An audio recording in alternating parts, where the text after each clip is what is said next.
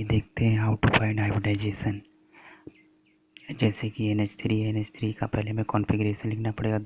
2 और 5 7 होता है, तो उसी हिसाब से जो वैलेंसी होती है उसको हम दर्शाएंगे। 1 2 3 4 5 5 हो गया। इससे 3 हाइड्रोजन, तो 3 हाइड्रोजन जोड़ देंगे। तो यहाँ पे हम देखेंगे कि एक लोन पेयर और 3 सिग्मा है, तो एक लोन पेयर है और 3 सिग्मा। लोन पेयर और सिग्मा को जब जोड़ेंगे तो कितना आएगा 4। और 4 के लिए हम यहाँ देख सकते हैं कि 4 के लिए क्या होता है sp3। तो sp3 लिख देंगे। आप सोचेंगे कि बिना स्ट्रक्चर बनाए अगर आप लिख देंगे तो ऐसा नहीं हो सकता, क्योंकि अगर मैं डायरेक्ट आपको बताऊँ कि इसमें एक लोन पेयर है प्लस 3 सिग्मा है तो 4 हो गया। 4 का मतलब होता है sp3। तो आपको कैसे पता चलेगा कि एक लोन पेयर, हम डायरेक्ट स्ट्रक्चर बता के थोड़ी देख पाएंगे कि एक लोन पेयर है कि कितना पाई है। तो आपको सिंपली रफली डायग्राम बनाना तो पड़ेगा। जैसे कि H2 है, H2O का भी ऐसे ही हम देख सकते हैं। O का कॉन्फ़िगरेशन लिख देंगे। 6 है तो 2 2 4 1 5 6 वैलेंसी दर्शा दिए। और 2 H2 जोड़ना है तो H2 जोड़ेंगे तो 1 2 3 4 2 सिग्मा है और 2 लोन पेयर है तो 2 और 2 4, तो इसका भी sp3 हो जाएगा। उसी तरह NH4+, अगर प्लस है मतलब एक इलेक्ट्रॉन दे चुका है, और इसका कॉन्फ़िगरेशन यहाँ 2 के बाद यहाँ 4 आ जाएगा। तो हम चार ही लोन पेयर दिखाएंगे। 4 लोन पेयर दिखा के 4 अगर हम हाइड्रोजन जोड़ देंगे तो 4 ही हुआ, मतलब 4 के लिए क्या है sp3।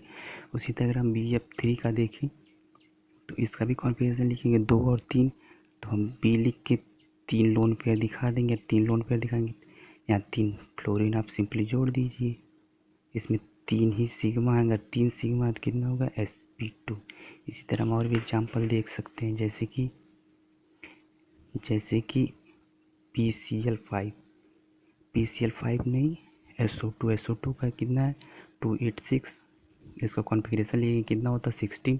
तो S लिख के हम 6 लोन पेयर दर्शा दीजिए। 2 2 4 5 6।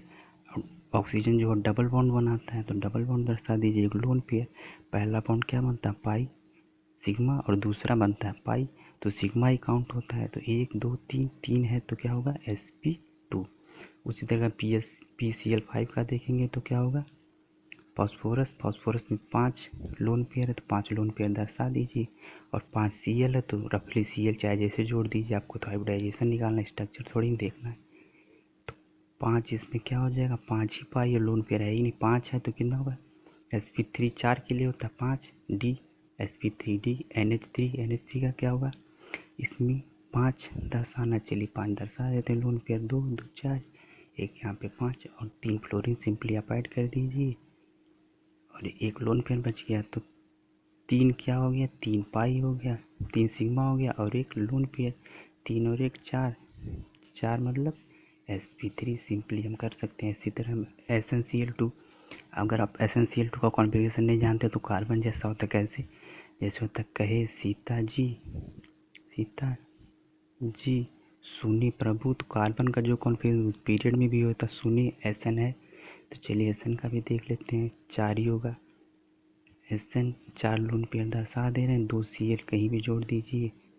2 Cl मतलब 2 सिग्मा और 2 लोन पेयर, एक लोन पेयर तो कितना हो जाएगा sp2। इसी तरह PCl3 का देखेंगे तो फास्फोरस के आउटरमोस्ट शेल में कितने इलेक्ट्रॉन 5, तो 5 लगा दीजिए और 3 Cl लगा दीजिए।